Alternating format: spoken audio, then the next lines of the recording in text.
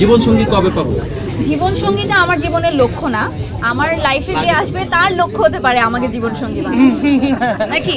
একদমই তাই, আমি তার গোল হব, সে আমার গোল না। সো যে কপালে আল্লাহ লিখেছে যাকে, সে সুন্দর করে দেখবেন ঘোড়ায় চড়ে টকবক দিয়ে চলে আসবে। আপনারা সবাই আসবেন, আমরা দাওয়াত পানি করবো ইনশাল্লাহ। আপাতত তো কাজই করছি, আপাতত বিয়ের সাথে কোনো খবর নেই। আচ্ছা, সামনের দিকে তাকায়, ও সরি, নিচের দিকেও তাকায় বলতে হবে।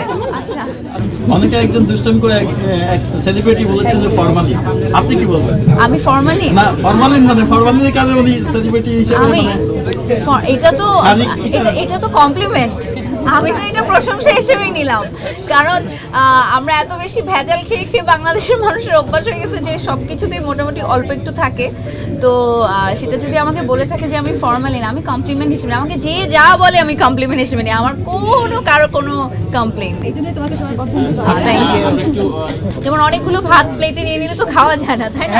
লিমিটেশন থাকে, তাই যার যতটুকু খিদা অতটুকুই খেতে হয়। প্রোগ্রাম অ্যাটেন্ড করছি আসলে লাস্ট 1 বছর ধরে, খুব একটা এরকম সেলন ওপেনিং বা শপ ওপেনিং এরকম কোনো ইভেন্ট আমি অ্যাটেন্ড করিনি। Tisha actually very close to me, okay আমি অনেক আদর করি, কারণ অনেক কর্মঠ একটা মেয়ে, তাই তো সেই জন্য যখন আমাকে বললো, আমি বললাম অবশ্যই আমি আসবো। বিকজ আমার বোনও যখন বাংলাদেশে ছিল তখন ওর নিজস্ব সেলন ছিল, নিজস্ব কাপড়ের দোকান ছিল। আমি জানি অনেক কষ্ট করতে হয়, অনেক স্ট্রাগল করতে হয়, এবং তিশার পেছনে ওর সবচেয়ে বড় যে পাওয়ার হাউস ওর আম্মু অ্যান্ড অফকোর্স হাজব্যান্ড, তাদের সবার সহযোগিতার কারণেই তিশা আসলে অনেক ভালো করছে। সো আমাদের মেয়েদের অনেক স্ট্রাগল আছে, আর যারা অনেক কর্মঠ তাদেরকে আমার মন থেকে অনেক ভালোবাসা এবং দোয়া।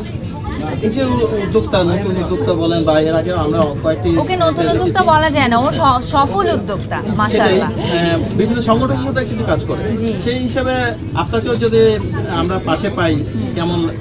আসলে আমি যেহেতু পর্দার সামনে কাজ করি, পর্দার পিছনে ফ্যামিলি বিজনেসে অনেক ইনভলভমেন্টস আছে আমার, বাট এই মুহূর্তে আসলে পর্দার ওরকম ব্যবসায়িকভাবে নিজেকে জড়িত করতে চাই না, কারণ অনেকগুলো কাজ একসাথে নিয়ে ফেলে না, করা যায় না। যেমন অনেকগুলো ভাত প্লেটে নিয়ে নিলে তো খাওয়া যায় না, তাই না? লিমিটেশন থাকে, তাই যার যতটুকু খিদা অতটুকুই খেতে হয়। তো আমি যতটুকু এখন করছি কাজ, আলহামদুলিল্লাহ অনেক ভালো কাজ করছি, এবং মোস্ট ইম্পর্টেন্টলি আই ফিল যে সুন্দর কাজের সাথে আছি। So I am very happy. হাতে এখন কি কাজ আছে? আমার কোরবানি ঈদের সিনেমা রিলিজ হচ্ছে ইনশাআল্লাহ, যদি সব কিছু ঠিকঠাক হয়, এবং এছাড়া আরও দুটো গানের রিলিজের কথা চলছে, সিনেমা আসছে, তো খুব ব্যস্ততার মধ্যেই চলছে। বেসিক্যালি আমি আজকে সকালে চট্টগ্রাম থেকে এসেছি, খুলনা চলে যাব আমরা গানের শুটিংয়ে। ঈদের যেহেতু একটা রিলিজের প্রেশার আছে সবার মধ্যে, তো আলহামদুলিল্লাহ নো কমপ্লেইন, খুব ভালো চলছে।